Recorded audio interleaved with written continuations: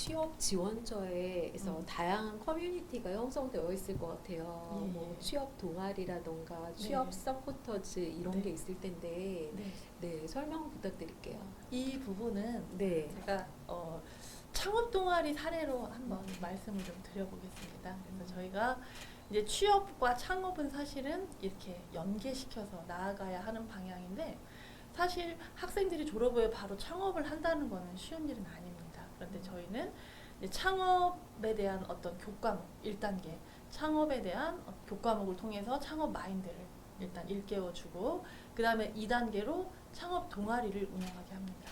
그래서 학교에서 어떤 기준에 따라서 사업비를 집행해 가면서 동아리를 운영을 하다가, 운영되어지는 동아리 중에서 또 스크리닝을 합니다. 그래서 정말 가능성 있는 동아리를 이제 이름을 일반 동아리가 아닌 실전 동아리라는 이름을 주면서 전에 지원했던 것보다 4배 정도의 사업비를 지급을 해줍니다. 그래서 또 그런 실전 동아리들의 활동 중에서 정말 사업자 등록을 내고 사업을 할 수 있는 그런 건수들을 연결시켜서 사업할 수 있는 그러한 건수가 저희가 한 해에 평균 7에서 8건 정도의 창업 건수가 나오고 있습니다.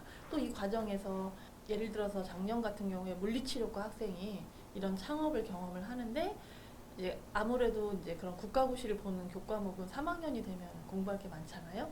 그럼 저희가 창업 휴학 제도도 운영을 합니다. 그래서 창업 휴학을 해서 창업을 충분히 경험하고 남은 학기를 마쳐서 그런 국가고시 자격을 딸 수 있도록 이렇게 연결해주는 이런 활동을 대표적인 사례로 제가 말씀을 드릴 수가 있겠습니다. 취업 지원처에서 네. 굉장히 많은 프로그램들이 운영되고 있잖아요. 예. 가장 뭐 자랑하고 싶은 우수 사례라고 할 수 있는 프로그램이 있다면 네. 소개 부탁드릴게요. 네. 제가 뭐 앞서 맞춤형 기업반 뭐 이런 부분도 또 사후관리 부분도 있긴 하지만, 또 저희가 이제 가장 그 우수하다라고 어떤 부분을 말할 수 있을까 고민을 하다가, 아무래도 취업 지원의 가장 기본은 자격증만 운영이라고 할 수가 있습니다.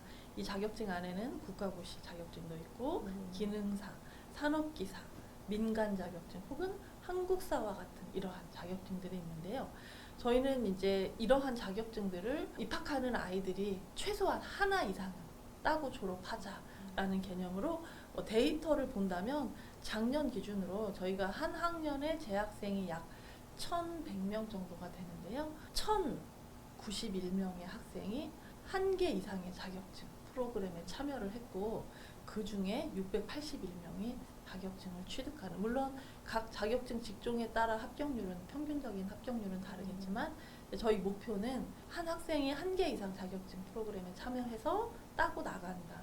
그리고 이제 또 다른 통계치를 보면은 저희가 재학생으로 하면 저희가 무슨 전공 심화라든지 이런 4년제 이런 것까지 다 합하면 재학생이 약 3,500명이 됩니다. 근데 저희가 한 해에 취업 지원처 프로그램을 중복자 포함해서 듣는 수가 작년 기준으로 4,500명이었습니다. 그러면 최소한 한 학생이 이 취업 지원처 프로그램에 약 2개 정도의 프로그램을 수혜받는다는 이 부분을 저희는 아이들이 좀 더 공정하고 공평하게 그렇게 프로그램을 수혜받을 수 있는 장점으로 그렇게 꼽고 싶습니다. 자발적으로 프로그램에 참여하는 거예요, 학생들이? 그 방식도 다양해요. 그래서 네.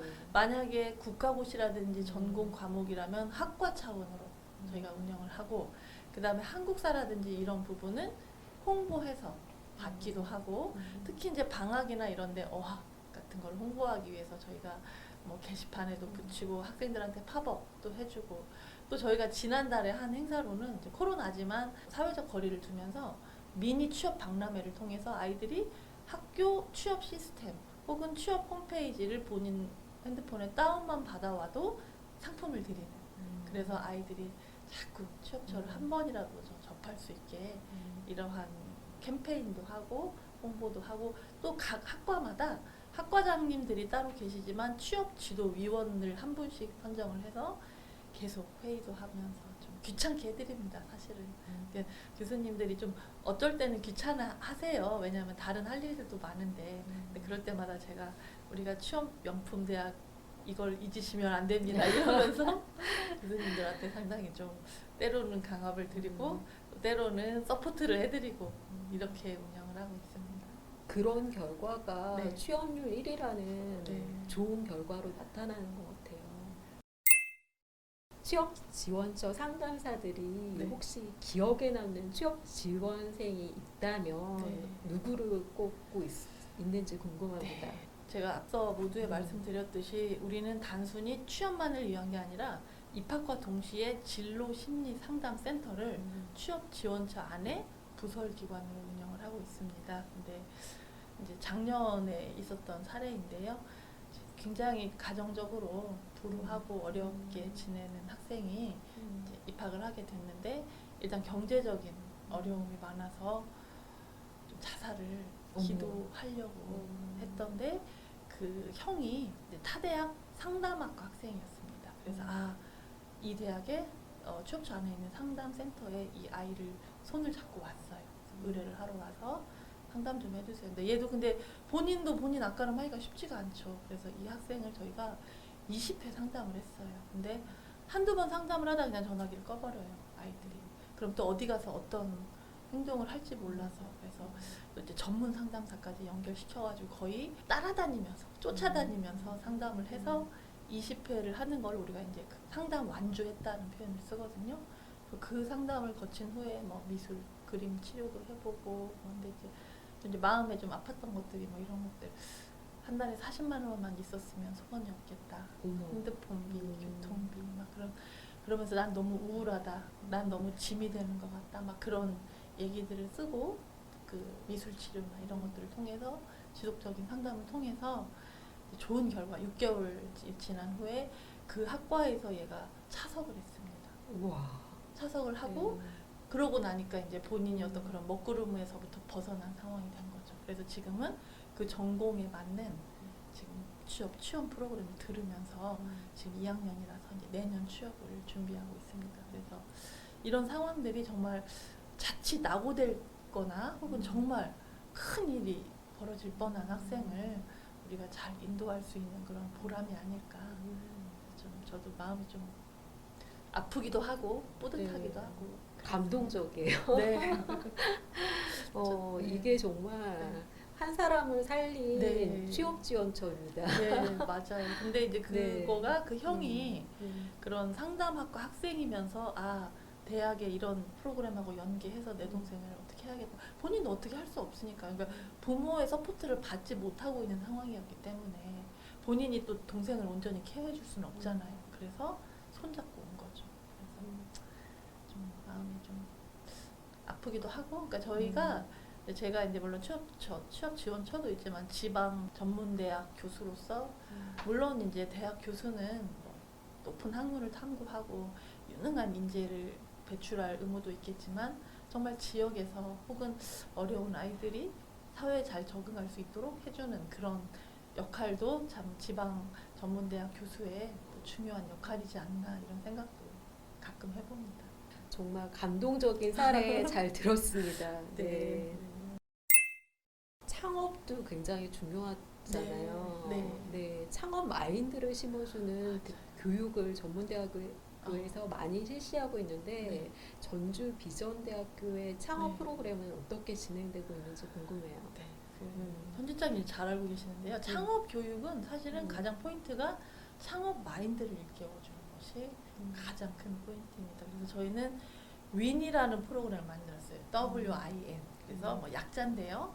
워밍업 한다 그러잖아요. 그 다음에 인큐베이팅, 네트워킹. 그래서 이거 이제 3단계 개념이에요. 그래서 일단은 교과목이나 이런 걸 통해서 창업 워밍, 마음을 이렇게 더욱 데펴주고, 그 다음에 아까 얘기한 창업 동아리, 일반 동아리, 그 다음에 창업 실전 동아리, 이런 것들을 연결시켜주면서 인큐베이팅, 아이들의 그 마인드를 키워주고, 네트워킹을 통해서 외부에서 어떤 펀드를 연결시켜준다든지 아니면 협회에서 뭐 경진대회, 창업 경진대회를 참여하게 해서 입상을 하게 한다든지 그렇게 한 후에 이제 가장 그 아이디어란 것은 우리 대학 안에 있는 창업보육센터에 입주를 하는 겁니다. 근데 사실 2년제를 졸업하고 바로 창업을 해서 입주하는 경우는 그렇게 많지는 않고요. 이렇게 마친 후에 창업 보육센터 안에 입주된 업체에 다시 취업을 해요. 그래서 거기서 일을 배우고 한 후에 창업을 한다든지 혹은 또 이렇게 창업을 경험한 후에 취업을 하는 경우도 많습니다. 그래서 또 창업을 경험한 후에 취업을 하는 아이들은 또 더 장기적인 관점으로 보면 또 다른 어떤 시너지를 낼 수 있는 그런 여지가 있다고 판단이 됩니다. 어때요? 네. 창업에서 성공한 케이스도 꽤 많이 나오고 있나요? 일단은 저희가 이제 건수로는 그렇게 음. 뭐 한 해에 한 7건 정도의 건수를 보내고 있고요. 또 네. 이제 더 멀리 지금 이제 더 장기적인 면에서 보면은 전주 비전대학의 과거 이름이 전주 공업전문대학이었습니다. 그러니까 왜 예전에 공전 많이 많았잖아요. 네. 또 전라북도라는 그런 지역 사회에서 크고 작은 중소기업을 운영하시는 분 중에 공전 출신들이 정말 많은 비율을 차지하고 있습니다. 그렇게 멀리 보면 결국은 창업이지 않나 이런 생각도 해봅니다. 취업에서 나중에는 창업으로 네. 가는 케이스가 굉장히 네. 많다 보니까 그렇죠. 네. 예를 들면 이제 자동차과를 네. 졸업하고서 자동차 정비를 음. 배우고 자동차 카센터에 취업을 했다가 나중에 카센터로 창업을 하는 거죠. 맞아. 처장님, 비전 추천 체험관이라고 예, 홈페이지에 있던데 어떤 식으로 운영되고 있나요? 저희가 작년에 빅데이터 시스템을 구축을 해서 한국고용정보원이라든지 이런 데에 있는 그 실시간 그런 구인, 구직, 잡 매칭 프로그램을 구축하기는 했습니다. 근데 문제는 우리가 아무리 좋은 거를 구축하고 있어도 아이들이 그거를 두드리지 않고 내가 거길 가겠다라고 하지 않으면 의미가 없더라고요. 그래서 그거는 구축이 되어 있지만 더 오래전부터 저희는 취업 지원처 안에 취업 지원관이 아예 딱 상주를 하고 계세요. 그분은 그냥 취업 지원관으로 선발을 해요. 그분은 딱 출근하시면 매일 오전에 하는 일이 각 전공별 취업 정보를 검색하는 겁니다. 우리 아이들이 많이 들어가 있던 곳, 혹은 뭐 대기업, 상반기 대기업, 후반기 대기업, 지역 인재 공무원 채용 이런 정보들을 다 발굴해서 그걸 다시 전공별로 섹션을 나눠서 매일 아침에 그거를 해당 학과에 드리고 나면은 학과 차원에서 연락이 오기도 하고, 그 다음에 이제 뭐 또 우리가 이제 지금은 이제 취업률을 점검을, 그러니까 취업률의 그런 산정 기준이 12월 말일이래요. 그러면 지금 10월이니까 지금 취업 점검이 굉장히 많이 이루어지고 있는 시기에 저희가 이제 학과 간담회를 하면 이 학생 좀 취업처에서 연계해 주세요. 그럼 학생 명단을 뽑아요. 그래서 그걸 가지고 다시 우리가 가지고 있는 정보로 해서 학생들 개인한테 그래서 지원자를 모집하기도 하고 학과에서 내용을 받기도 해서 사전 심사를 한 후에 교육을 합니다. 여기서 말하는 교육은 뭐 이력서 자기소개서는 기본이고 그 기업에서 원하는 내용들을 교육을 해서 그 다음에 해당 기관 인사 담당자에게 연계를 시켜주는 아예 그 직종이 따로 있어요. 그 부분을 비전 추천 채용관이라고 그렇게 부릅니다. 그런 역할이 되게 중요한 것 같아요. 네. 그런 맞춤형으로 네. 전달되는 게 학생들이 채용 정보를 찾는 것도 쉽지가 않거든요.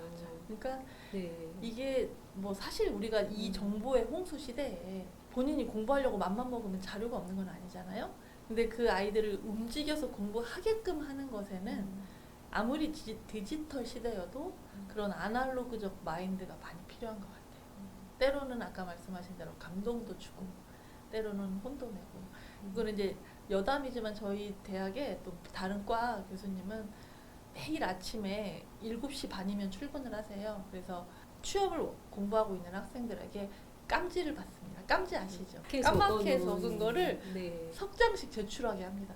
어찌 보면 고등학교 같기도 하고 또 요즘은 어떤 걸 적나요? 그러니까 이제 본인이 공부하고 있는 기사, 그 내가 뭐 어떤 산업 기사를 준비하고 있다. 그래 그러면 너는 매일 아침 이 산업 기사에 관련된 공부한 용지를 3장씩 가져와. 그 받아서 다 쟁여놔요. 깜지가 이렇게 까맣지 않으면 리콜 다시 해와. 그러니까 고등학교 같기도 하고 옛날 방법일 것 같기도 한데 그러한 것들이 아이들의 어떤 좀 마음을 움직일 수 있고, 또 그 교수님 같은 경우는 또 우리 그 비전 대학교 출신이시거든요. 그러면서 나도 이렇게 교수까지 왔으니 너네도 이제 가난을 탈피하고 그런 어떤 옛날의 생각들을 벗어내고 새로 태어나자, 이렇게 좀 그런 교육들도 합니다. 감동이네요. 이것도 감동이에요? 아니 좀 저기 하면은 제가 감성적이라서 편집해 주셔도 돼요. 한 가지 더 아니, 말씀드리면 체중계도 갖다 놓으셨어요. 그 교수님. 아, 진짜. 그래서 왜 이렇게 기업체 가려면은 비만이거나 네. 이런 경우 안 뽑잖아요. 그러면 이제 상담해서 너 몇 킬로 빼자, 뭐 몇 달 10킬로 빼자. 그러면 그냥 보통 교수님들은 그래 뺐니 이런데 아직 올라가봐. 진짜 몸무게를 재요, 진짜로. 그렇게. 그럴 것 같아요. 응. 되게 신선한 자극이 될 것 같아요. 그래요. 멋지네요. 사실 7시 반에 출근하는 것도 네. 희생이잖아요. 네. 저는 아닙니다. 저는 7시 만에 출근을 안 합니다. 네. 처장님 지역사회와 네. 연계한 취업 창업 프로그램이 많다라고 들었거든요. 네, 네. 어떤가요? 일단은 저희가 이제 그 대표적인 프로젝트 사업 부분에서는 고용노동부 사업 중에 국민 취업 지원 제도가 있어요. 그래서 누구라도 그 지원 제도를 통해서 취업에 도움을 받을 수가 있어요. 근데 우리는 이거를 학교로 가지고 온 거죠. 그래서 지역에 있는 컨설팅 업체랑 아예 연계를 해버렸어요. 그래서 학과별로 혹은 이제 일정 기간을 두고 학교에 상주하기도 해요. 그분들이. 그러면은 저희가 언제 몇 호일은 이 학생들 다 봐주세요. 산학협력 중점 교수도 봐주고 하지만 또 그 관점들이 다르고 이러기 때문에 지역 컨설팅과 연계를 해서 운영을 하기도 하고 그다음에 지역 기관과 지역 인재 장학금 제도가 있어요. 그래서 지역에 있는 기관과 MOU를 맺고 여기서 요만큼 앞으로 너가 여기 졸업하고 우리 여기에서 몇 년 뭐 일정 기간 근무하기로 하고 미리 장학금 지급을 해서 졸업한 후에 인턴십으로 갔다가 취업해서 해주는 이런 제도도 현재 운영을 하고 있어요. 그래서 이거를 우리가 이제 취업 지원 장학금이라고 명칭하면서 좀 가정이 어렵고 이런 친구들은 수혜받는 경우들이 있습니다. 처장님이 생각하는 인재상은 어떠세요? 어떤 인재를 추구하시는 편이세요? 일단은 이제 우리 대학의 인재상이 있기는 합니다. 근데 이제 저는 대학의 인재상은 5대 인재상으로 나눠지는데 제가 생각할 때는 일단은 인성과 윤리가 가장 기본적으로 인성과 윤리를 기본적으로 갖추고 있으면서 빠르게 변화하는 시대에 대처할 수 있는 전문 인력이 자신이 하는 일에 어떤 자부심을 가질 수 있는 그런 사람이라면 누구라도 인재가 될 수 있다고 봅니다. 꼭 뭐 엄청나게 좋은 기업이나 좋은 대우를 받지 않더라도 기본적인 인성을 가지고 또 시대적인 변화에 대처하면서 긍정적인 마인드를 가지고 있다면 그것이 바로 인재이지 않나 이렇게 생각합니다. 네, 전주 비전대학교에서는 인성을 굉장히 강조하는 편인 것 같아요. 그러니까 인성교육은 네. 사실은 가장 어려운 난제예요. 그거는 어찌 보면 가정교육에서도 부터 어려운 얘기인데 다만 그렇다고 해서 어려운 난제이니 그냥 포기하겠다라고 해서는 또 이 기독교 대학으로서의 마인드는 아닌 것 같습니다. 그래서 저희들이 노력은 많이 하고 있습니다. 네. 네. 어떤 취업률 1위라는 자리를 네. 굳건하게 지키는 것 자체가 굉장히 어려운 일일 것 같아요. 맞아요. 그래서 처장으로서 굉장히 힘든 자리에 있으실 것 같다라는 생각이 듭니다. 취업을 앞둔 네. 취업 준비생을 위해서 하고 네. 싶은 말이 있다면 어떤 말씀을 해주고 싶으세요? 우리 학생들이 물론 취업에 대한 목표를 정할 때 그 급여나 혹은 얼마나 안정적인 채용인가, 근무 조건인가, 지역인가, 일이 편한가 뭐 이런 것들을 많이 본단 말이에요. 근데 정말 내가 평생 동안 이 일을 하면 의미가 있을 것 같다. 재미있을 것 같다라고는 말 못하겠죠. 일이 항상 재미있는 건 아니니까. 그래서 근데 내가 평생 이 일을 한다면 나는 그냥 만족할 것 같다라는 그 부분에 좀 초점을 맞춰줬으면. 그러니까 당장 들어가서 일이 조금 힘들다고 그만두거나 급여가 좀 적다고 그만두거나 이런 것보다는 장기적인 비전을 가지고 취업에 임하였으면 하는 것이 제가 드리고 싶은 조언입니다. 처장님 말씀해 주셔서 너무 감사드려요. 예, 아유 감사합니다. 전주 비전대학교 입학이 취업이다.